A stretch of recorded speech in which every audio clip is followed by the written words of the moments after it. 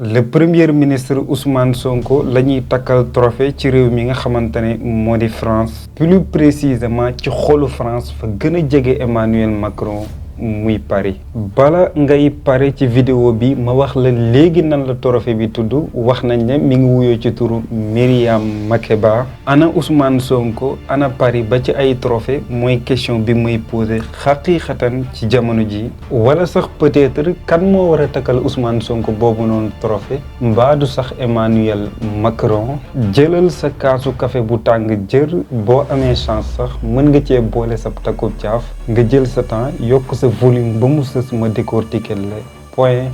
par point.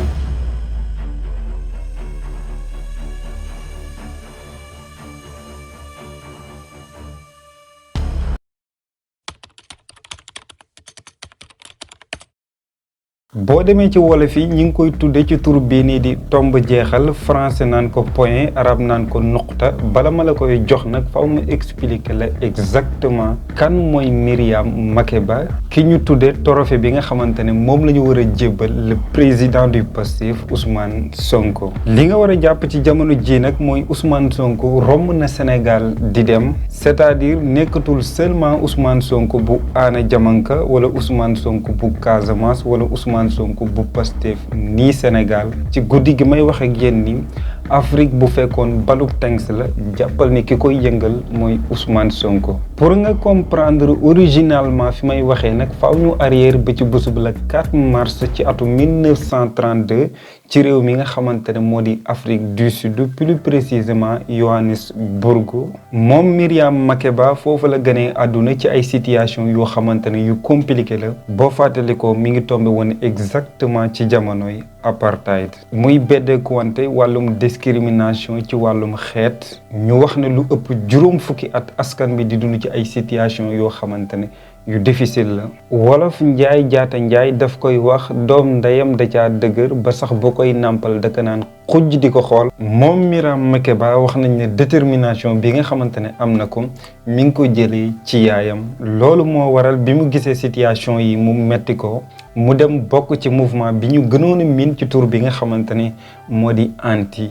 apartheid ngir seulement xeex beddeeku wante ak jaay doole gu tar gi nga xamante ne ñi ngi ko doon gis ci jamono jooju. bi mu amee ci lu toll ci fukki at ak juróom-ñaar c'est-à-dire 17 ans ci la commencé di foye li nga xamante ne moo di musique. wax nañ ne mi ngi bokkoon ci groupe musical bi ñu gënoon a miin ci tur bii nii di The Cuban Brothers waaye nag ak ràññikoom mi ngi ko tàmbalee ci groupe de jazz bi ñu gënoon a miin ci tur bii nii di Manhattan Brothers. wax nañ sax ne woyam bu neex bu siiw bii nii di pata pata mu enregistré woon ko ci atu 1956 mi ngi ko ànd ak boobu noonu groupe. yemul ci loolu itamit bokk na ci yëngu yu am solo yi nga xamante ne def na ko ci dundam participé na ci film bi ñu gënoon a miin ci tur bii nii di Comeback Africa mu nekk benn film boo xamante ne bu siiw la ñu ràññee ko ci niveau national mais aussi ci niveau international. bala may ñëw ci moom Sonko international faaw ma gën a préciser aussi que ne Myriam ci jamono ji nga xamante ne mi ngi dund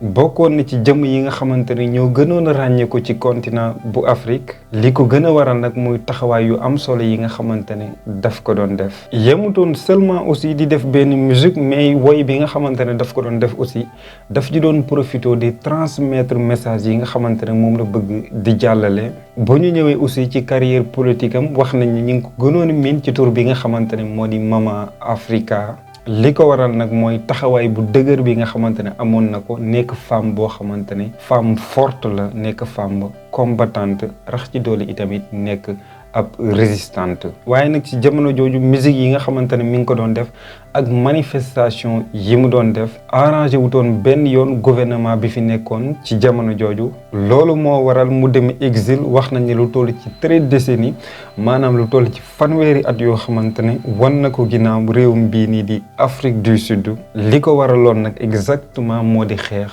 pour libérer askanam. li wolof di wax léegi-léegi nag màggetum gaynde boo gis denc na ay ngelaju ci ginnaaw bi nga xamante ne exil na dem ci réew mi di États-Unis d'Amérique musique bi mu doon gën a pratiquer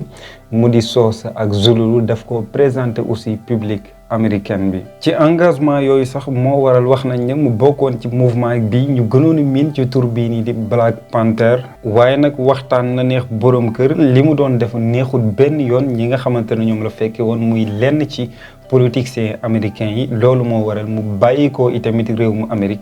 exilé dem ci réew mi nga xamante ne moo di Guinée. bi mu yeggee Guinée nag dafa gënoon a focaliser wu ci texte yi nga xamante ne daf ko doon bind mu nekkoon ay texte musical rax ci doolu itamit ay téere ak ay livres yoo xamante ne daf ko doon xaatim toujours di fësal di wane itamit engagement bi nga xamante ne yow amoon na ko en tant que jigéen. mu nekkoon jigéen jumun góor nekkutoon seulement benn simple woykat mais kàddu yi doon génn ci gémmiñam itamit dafa nekkoon ay kàddu révolutionnaire. comme ni ko Thomas Sankara doon waxee rek il ne peut y avoir de révolution sans émancipation totale des femmes, c'est-à-dire mënuñoo wax révolution benn yoon bu fekkee ne jigéen ñi dugaluñ ci seeni loxo. bu ñu demee ci réewu Chine fekk fa Mao moom dafa doon wax naan les femmes tiennent la moitié du ciel, c'est-à-dire asamaan si bu fekkoon ne xaaj nañ ko ci digg bi nañ jàpp ne benn xaaj bi bu fekkee ne yëngatuwut ba màbb suñu kaw li ko waral mooy jigéen ñi ñoo ci teg seeni yoxo. bi nga xamante ne yegsi nañ ba ci atum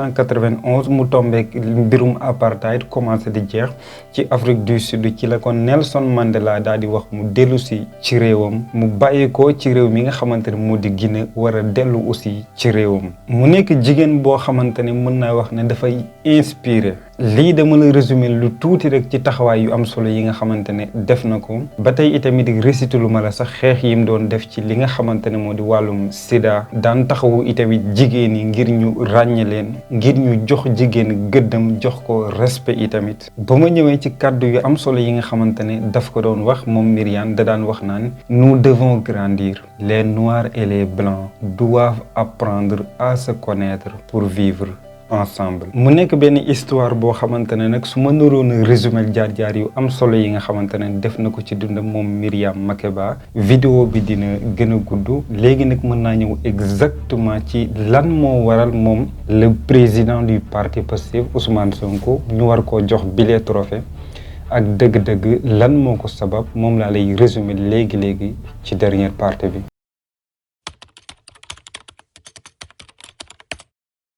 ci benn yëgle boo xamante ne Union internationale des journalistes africains ñoo ko def jàppal le 18 mai bi nga xamante ne moo nekk ci sunu kanam ci lañ ko fas yéene jébbal bile trophée moom Ousmane Sonko. li ko waral nag muy engagement bi nga xamante ne moom Ousmane Sonko mi ngi koy wane boobu noonu engagement mu jëmale ko ci wàllum développement économique, c'est-à-dire naka la mën a fexe ba koom-koom réew mii di Sénégal mu suqali ko. bu ñu ñëwee itamit ci wàllum social kenn demul mu des mais aussi bu ñu ñëwee ci wàllum aada ak cosaan jéego yu am solo yi nga xamante ne mi ngi ko fiy wane. yemul ci loolu itamit ni muy inspiré, c'est-à-dire moom Ousmane ni nga xamante ne ci guddi yi ñu toll nii mi ngi koy inspiré bépp pan-africain ngir ñu libérer continent bi nga xamante ne moo di Afrique mu koy def itamit ci méthode boo xamante ne méthode bu pacifique la. balaa kafe gi di jeex léegi mu résumé la vidéo bi rawatina ñi nga xamante ne ñoo ko gën a topp muy jeunes yi